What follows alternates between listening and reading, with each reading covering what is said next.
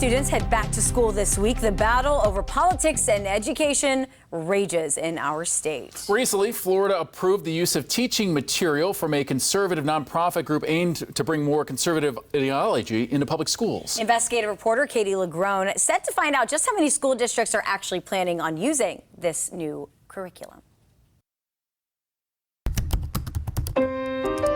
Slavery is as old as time and has taken place in every corner of the world. From cartoons suggesting slavery in America wasn't so bad, Being taken as a slave is better than being killed, no?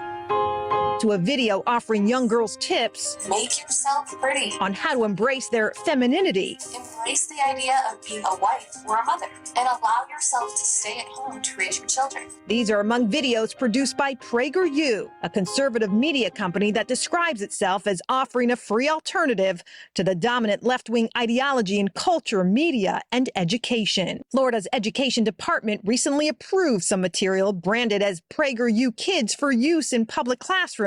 We've discovered just how many school districts plan to make it available to students here. We are not encouraging the use of those materials. In Pasco County, the district has no plans to offer PragerU content, but if a teacher wants to use it, We would probably have further conversations about what your rationale is, what standards is it supporting, are there other resources that might be able to be used. across the state, we've discovered material from PragerU is also not being encouraged this year by dozens of other school districts. In fact, after asking all 67 school districts in Florida if they plan to make PragerU content available to students this year, just over half responded, and all but a few telling us no.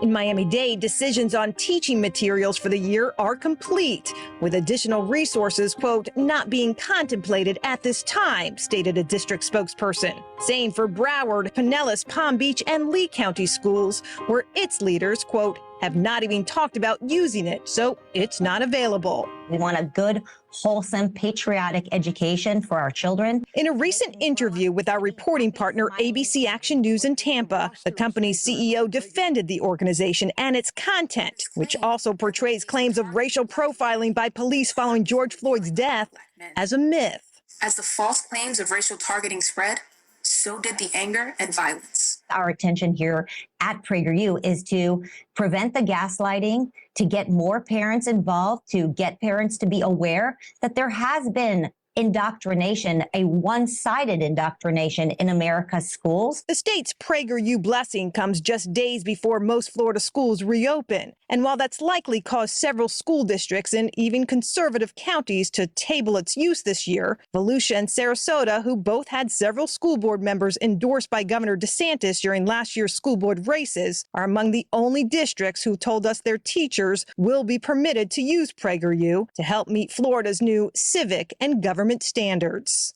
Even though the state has approved this material, most districts tell us they are not letting their teachers use it until district leaders review it first. I'm Katie Lagrone reporting.